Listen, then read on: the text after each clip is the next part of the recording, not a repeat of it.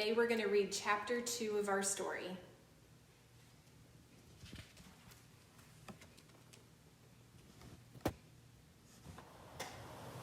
Sadly, things got a lot worse before they got any better. Adam and Eve had several kids, including 2 brothers named Cain and Abel. Abel trusted God, but Cain did not. And when God accepted Abel's gift and not Cain's, Cain got very angry, so hurt, and so jealous that he killed his brother. It was the first murder in history, but it would not be the last. Things were not the way they were supposed to be. Everything fell apart after sin entered the world. Things got so bad so fast that God decided to start over. The people on earth were terribly wicked in their hearts, all the time, every day, nonstop. They didn't deserve to enjoy God's world anymore, so God took it from them.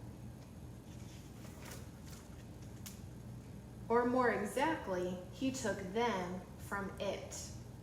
He sent a flood that wiped away everyone and everything because it had all been stained with sin.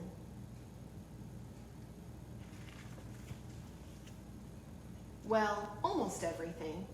God saved one family on earth, one family that trusted him and believed what he said. Noah and his wife and their sons and their wives were spared.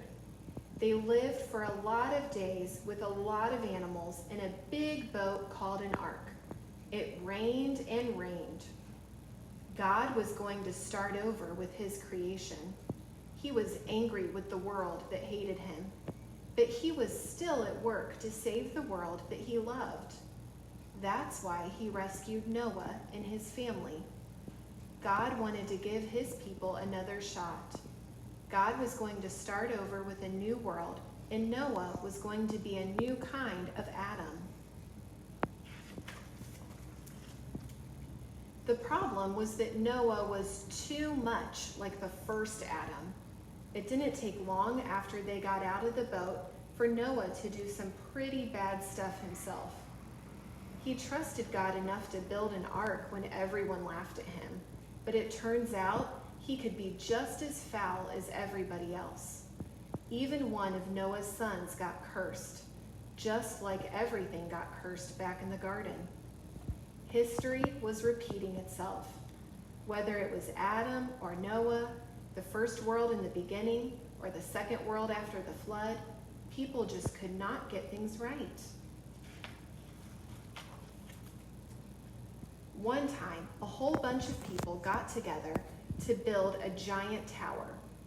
They thought they could build all the way up to heaven, but it must not have been all that big because God had to come down just to see it. And when God saw it, he was not pleased.